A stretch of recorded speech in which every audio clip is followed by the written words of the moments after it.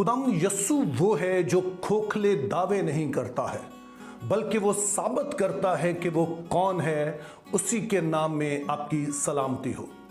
जब आप नया अहदनामा पढ़ते हैं तो आपको कई कोड़ियों का जिक्र मिलता है, और कोड़ियों के बारे में शायद आप काफ़ी सारी बातें जानते भी हैं, जिनमें से एक बात तो आप ये जानते हैं कि अगर किसी को कोड़ हो जाता तो फिर उसे कम्युनिटी में से खारिज कर दिया जाता और वो शहर से बाहर, गांव से बाहर वीरान सुनसान जगह पर जो था वो रहता था। लेकिन आम तौर पर हम इस बात पर गौर नहीं करते हैं कि जब कोई कोड़ी शिफा पा जाता तो उसके बाद वो वापस किस तरह से कम्युनिटी में आता था। अब जब कोई शख्स शिफा पा जाता तो ऐसा नहीं होता था कि अगले दिन ही वो कम्युनिटी में वापस आ जाए, बल्कि उसके बाद एक पूरा सिलसिला था रसूमात का जो अदा करना पड़ता, जिनमें सबसे पहली रस्म ये होती थी कि वो काहिन के पास जाता, काहिन उसका मुआयना करता और इस बात का वो तयन करता कि ये वाकई पाक साफ हो गया है। उसके बाद फिर कई तरह की रसूमात होती, मिसाल के तौर पर कि उस पर जो है वो खून छिड़का जाता, उसे तेल से मसा किया जाता, उसके बाल जो थे वो उतरवा दिए जाते, और इसी तरह उसके जो कपड़े थे पुराने वो जला दिए जाते, और उसके बाद भी वो एक हफ्ता जो था वो शहर से बाहर ही रहता, और उसके बाद वो दो तरह की कुर्बानियां लेकर खुदावंद के हजूर में जाता, जिसमें एक सोख्ती कुर्बानी होती थी और दूसरी कुर्बानी जो होती थी उसको शुक्राने का हदिया कहते थे, शुक्राने की कुर्बानी होती। तो यूं ये सारी रसूमात जिनका इख्तिताम जो होता था वो शुक्राने की जो कुर्बानी है उसके साथ होता था। अब इन बातों को ज़हन में रखते हुए हम एक हवाले पर गौर करेंगे जो कि 10 कोड़ियों के बारे में है। फिर उनमें से एक ये देख कर के मैं शिफा पा गया, बुलंद आवाज से खुदा की तमजीद करते हुए लौटा और मुंह के बल यस्सु के पांव पर गिरकर उसका शुक्र करने लगा, और वो सामरी था। यस्सु ने जवाब में क्या 10 पाक साफ ना हुए? फिर वो 9 कहां हैं? क्या इस परदेसी के सिवा और ना निकले जो लौट कर खुदा की तमजीद करते?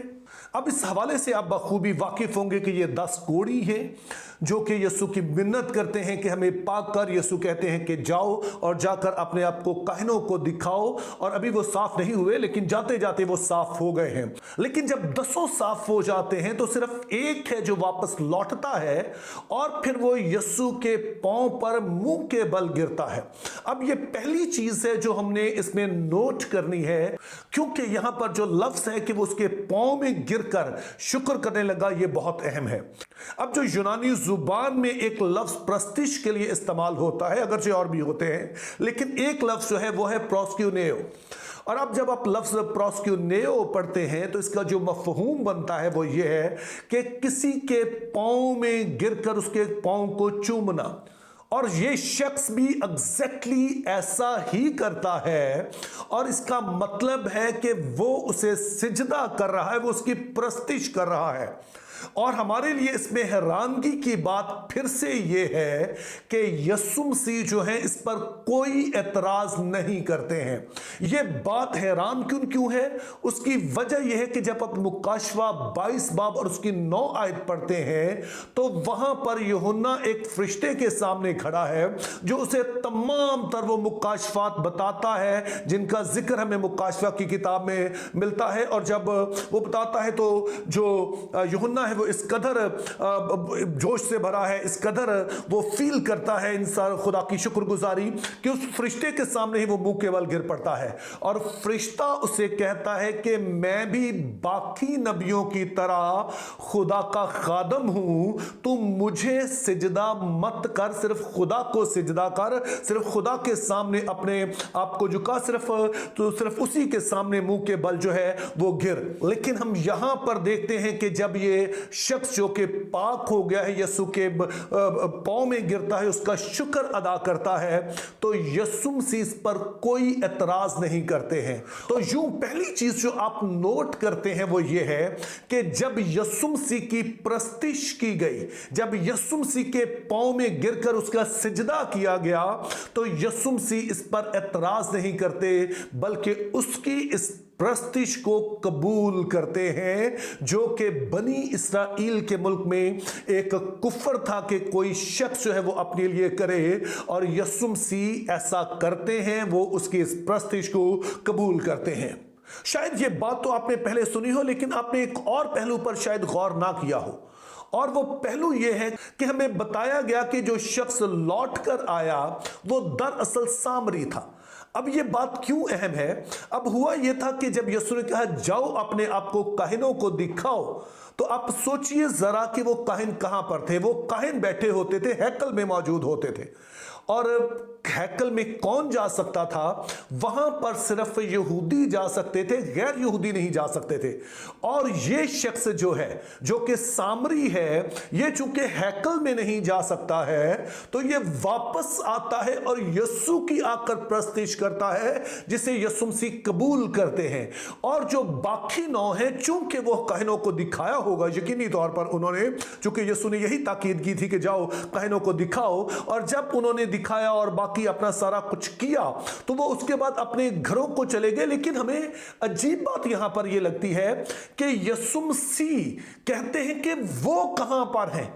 जो कुछ इस सामरी ने किया है, वही कुछ उन 9 यहूदियों को भी करना चाहिए था, कि वो आकर मेरे पांव पर गिरते, वो आकर मेरी प्रस्तिश करते, और अगर वो प्रस्तिश करते तो इससे खुदा की तमजीद होती।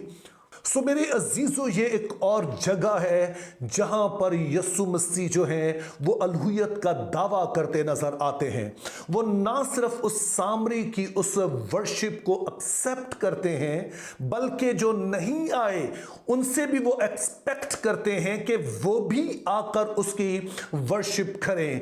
और वो ना सिर्फ इस वर्शिप को एक्सेप्ट करते और बाकियों से एक्सपेक्ट करते हैं, बल्कि वो इस बात का भी दावा करते हैं कि अगर कोई आकर उन्हें सिजदा करता है, उनके पांव पर गिरता है, उनकी प्रस्तिश करता है, तो इससे खुदा की तमजीद होती है।